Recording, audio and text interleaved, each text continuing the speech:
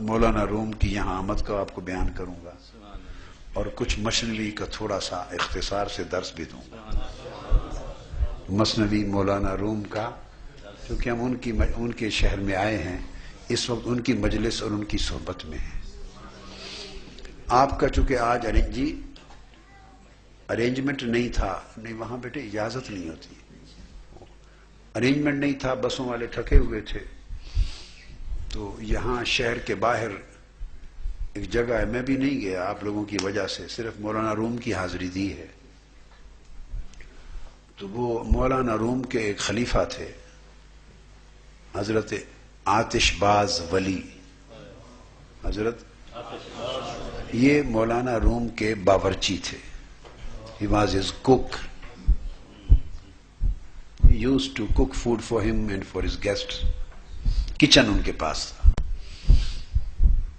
تو وہ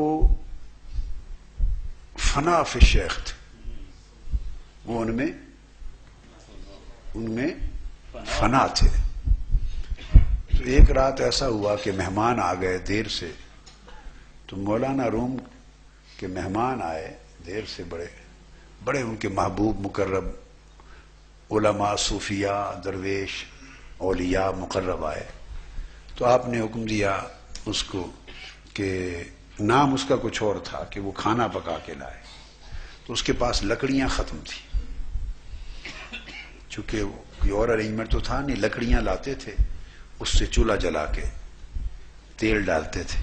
تو لکڑیاں نہیں تھی، تو رات کا کھانا ڈنر روٹین میں ہو گیا تھا دربار میں. تو وہ سو گیا. اس نے کہا کہ صبح جنگل سے لکڑیاں لاؤں گا تو ارینجمنٹ شروع ہو جائے گا. تو رات کو لیٹ آورز مہمان آ گئے تو کھانے کے لیے فرمایا.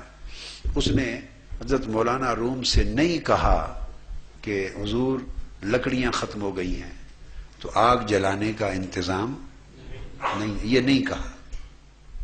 آپ سمجھ رہے ہیں نا بچے؟ میں بیٹے بائلنگوئل بات نہیں کر سکتا، اردو میں کروں پھر انگلش میں کروں، دو زبانوں میں پھر مزہ اس کا نہیں رہتا. ایسے بوجھ سمجھ رہے ہیں؟ آسان کر کے بتا رہا ہوں چھوٹے بچے. ایک زبان میں بات ہو رہی ہو، انگلش میں ہو یا اردو میں، تو یکسوئی ہوتی ہے.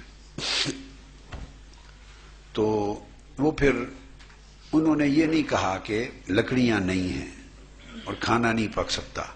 آرڈر لے لیا اور تیل اٹھا کے اپنی ٹانگ پر کپڑوں پر اپنے اوپر ڈال دیا، اپنی ٹانگوں پر اور کپڑوں پر ڈال کر آگ لگا دی اور ٹانگوں پر. تو کپڑے جلتے رہے اور ٹانگ جلتی رہی اور تیل ڈالتے رہے. تو ٹانگ جلا کر تو کھانا گرم کر دیا، اپنی ٹانگ اور کپڑے سب کچھ جلا کر کھانا بنا دیا تو پیش کر دیا. آپ نے بھی نہیں پوچھا بھئی یہ رات کو کیسے کر لیا، بس چپ کر گئے. صبح جب اٹھا باورچی تو ٹانگیں ٹھیک تھی، رات کو جل گئی تھی چربی خون سب، اور صبح ٹھیک تھی. اس کے بعد جب بھی کبھی رات کو اس کو وہ لذت آئی اپنے آپ کو یہ جلانے میں اپنے شیخ کے لیے، اس کی رضا کے لیے، کہ پھر جب کبھی لکڑیاں ختم ہوتی تو وہ لکڑیاں رات کو نہیں لاتا تھا اور دعا مانگتا کہ کاش آج کوئی ان کے محبوب مہمان آ جائے اور پھر جلا کے اپنے آپ کو جلا کے کھانا پیش کروں. تو وہ ایسا ہی کرتا رہا.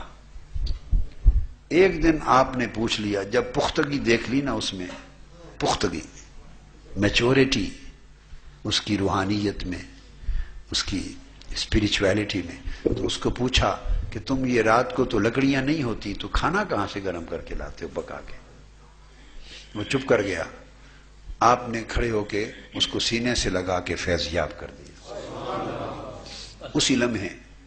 تو پہلے تو رات کو ٹانگیں ٹھیک ہو جاتی تھی، کرامت مولا روم کی کرامت سے اس دن کے بعد اسے ولی کر دیا. اس کا مزار اس کونیا شہر میں باہر ایک جگہ پر ہے، باہر